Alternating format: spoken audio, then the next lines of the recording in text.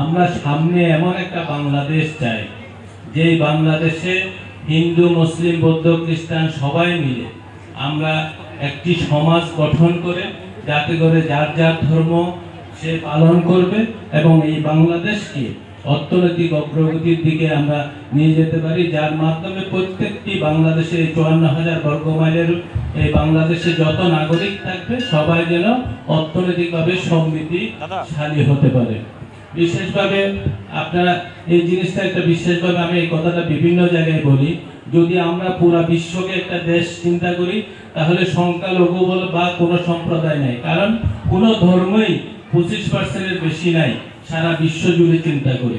সারা বিশ্ব যদি চিন্তা করি, খ্রিস্টান ধর্ম 25%, মুসলিম ধর্ম হবে 23% বা হিন্দু ধর্ম 19%, এরকম একটা বিষয়, অর্থাৎ কারো মেজরিটি নাই। সেজন্য আমার নিজেদেরকে চিন্তা করতে হবে যে বিশ্ব নাগরিক হিসাবে এই পৃথিবীতে সৃষ্টিকর্তা আমাদেরকে পাঠিয়েছে, এইটুক জায়গা আমরা দখল করে আছি যার যার মতো, এই জায়গা থেকে আমরা অন্যের জন্য কি করতে পারছি, এটা ধর্ম বর্ণ নির্বিশেষে আমাদেরকে সেভাবে চিন্তা করতে হবে। সেজন্য সামনের বাংলাদেশকে আমরা সব কিছু ধর্ম বর্ণ নির্বিশেষে এবং জিওগ্রাফিক্যালি বাংলাদেশকে যদি উন্নত নাগরিক করে তুলতে পারে, আমাদের জনশক্তিকে যদি আমরা ভবিষ্যতে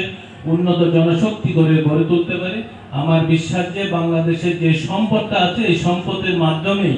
আমরা বিশ্বের মাঝে নেতৃত্ব অনেক ভালো পর্যায়ে যেতে পারবো।